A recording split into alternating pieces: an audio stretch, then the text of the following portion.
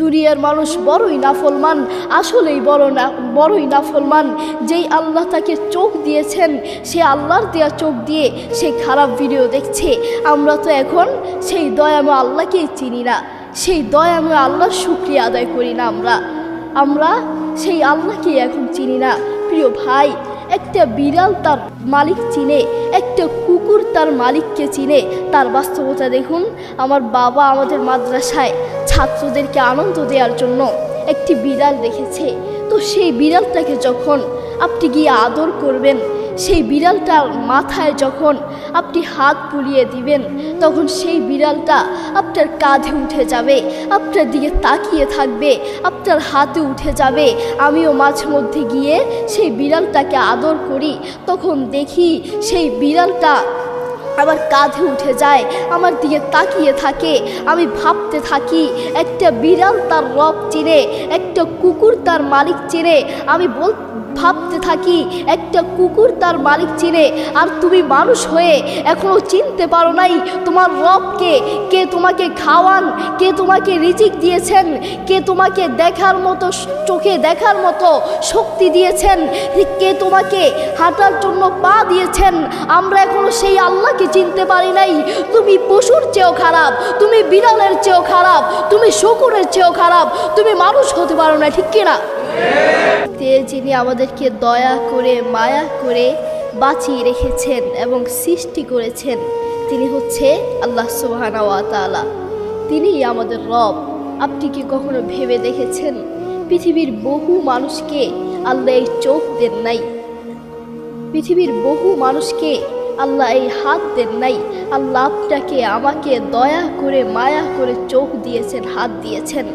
পৃথিবীর বহু মানুষকে আমি নিজের চোখে দেখেছি, পৃথিবীর বহু মানুষকে আল্লাহ হাত দেন নাই, পা দেন নাই, কথা বলার মতো তৌফিক দেন নাই। আল্লাহ আপনাকে আমাকে কথা বলার মতো তৌফিক দিয়েছেন। আফসোসের বিষয় হচ্ছে, সে আল্লাহর সাথে আপনি নাফরমানি করছেন, সেই আল্লাহর সাথে আপনি বেঈমানি করছেন। প্রিয় ভাই, আপনি যখন রাত্রে ঘুমাতে যান, আপনার মা, আপনার বাবা এবং কি আপনার ভাই বোন সবাই আপনাকে ছেড়ে ঘুমিয়ে যায়। আপনার প্রতিবেশী, পৃথিবীর প্রত্যেকটা মানুষ আপনাকে ছেড়ে ঘুমিয়ে যায়, কিন্তু আল্লাহ সুবহানাহু ওয়া তাআলা আপনাকে ছেড়ে ঘুমান না। লা তাখুযুহু সিনাতুন ওয়ালা নাওম, লা তাখুযুহু সিনাতুন ওয়ালা নাওম। আল্লাহ সুবহানাহু ওয়া তাআলা কখনো ঘুমান না। আফসোসের বিষয় হচ্ছে, সেই আল্লাহর সাথে আপনি নাফরমানি করছেন। যেই আল্লাহ আপনাকে চোখ দিয়েছেন, সেই আল্লাহর দেওয়া চোখ দিয়ে আপনি মোবাইলে অশ্লীল ভিডিও দেখছেন। যেই আল্লাহ আপনাকে হাত দিয়েছেন, সেই আল্লাহর দেওয়া হাত দিয়ে আপনি অশ্লীল কাজ করছেন, খারাপ কাজ করছেন। যেই আল্লাহ আপনাকে কথা বলার মতো তৌফিক দিয়েছেন, সেই আল্লাহর দেওয়া মুখ দিয়ে আপনি অশ্লীল কথা বলছেন।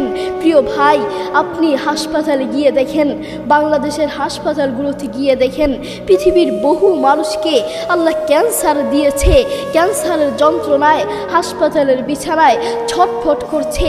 পৃথিবীর বহু মানুষকে আল্লাহ বড় বড় রোগ দিয়েছেন, হাসপাতালের বিছানায় ছটফট করছে, কিন্তু সেই দয়াময় আল্লাহর সাথে আপনি নাফরমানি করছেন। আল্লাহ আপনাকে আমাকে দয়া করে মায়া করে সুস্থ রেখেছেন, বাঁচিয়ে রেখেছেন, সেই আল্লাহর সাথে আপনি নাফরমানি করছেন। কোরআন মাজিদ আল্লাহ সুবহানাহু ওয়া তাআলা বলেন, ইন্নাল ইনসানা লিরাব্বিহি লাকানুত। এই দুনিয়ার মানুষ বড়ই নাফরমান, আসলেই বড়ই নাফরমান।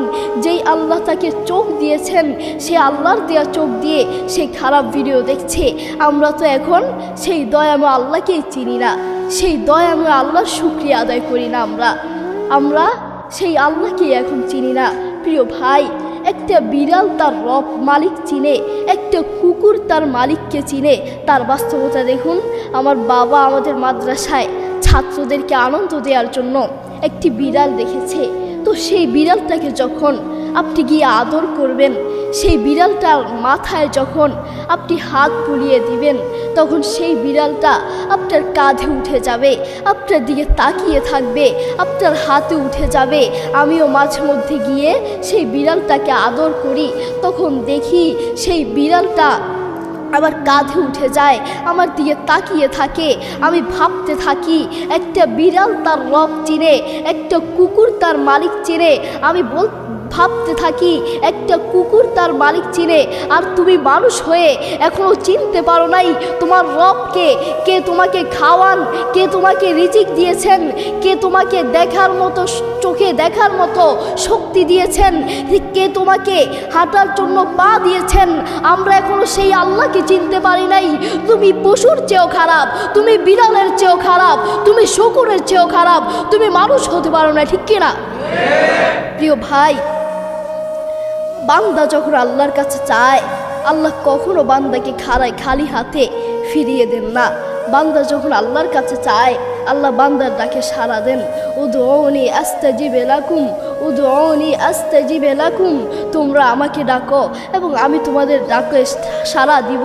তার বাস্তবতা দেখুন, আমার জীবনে ঘটে যাওয়া একটি সত্য ঘটনা আপনাদের সামনে তুলে ধরছি, তাই আপনারা বুঝতে পারবেন।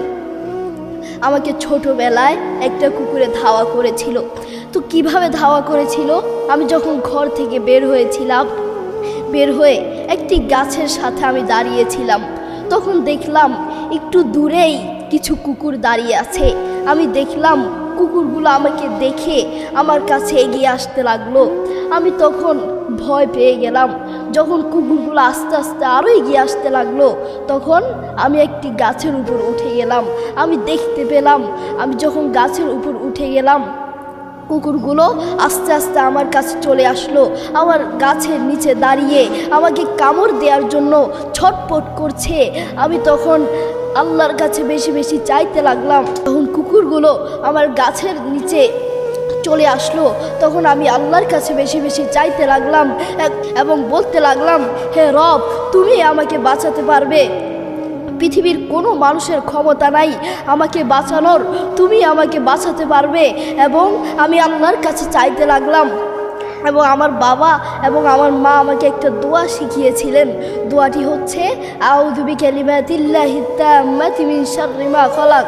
আমার বাবা এবং আমার মা বলেছেন, এই দোয়াটি যখন তুমি সকাল এবং সন্ধ্যায় পড়বা, তোমাকে কোনো হিংস্র পাখি, হিংস্র প্রাণী আক্রমণ করতে পারবে না। তখন আমার সেই কথা মনে উঠে গেল। আমি এই দোয়াটি পড়তে লাগলাম, এই দোয়াটি 3 বার পড়তে লাগলাম।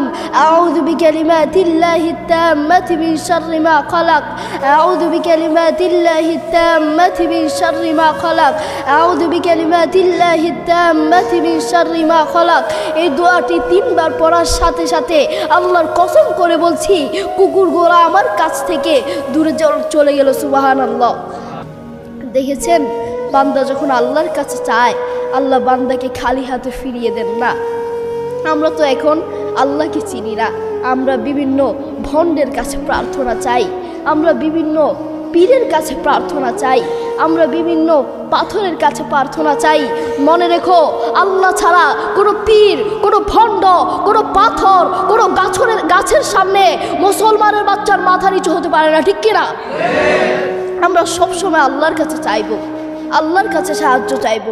তাই আসুন আমরা আল্লাহর পথে ফিরে যাই, আল্লাহর জন্য কাজ করি। আল্লাহ তাআলা আমাদের সবাইকে বুঝার তৌফিক দান করুন। আসসালামু আলাইকুম ওয়া রাহমাতুল্লাহি ওয়া বারাকাতুহু।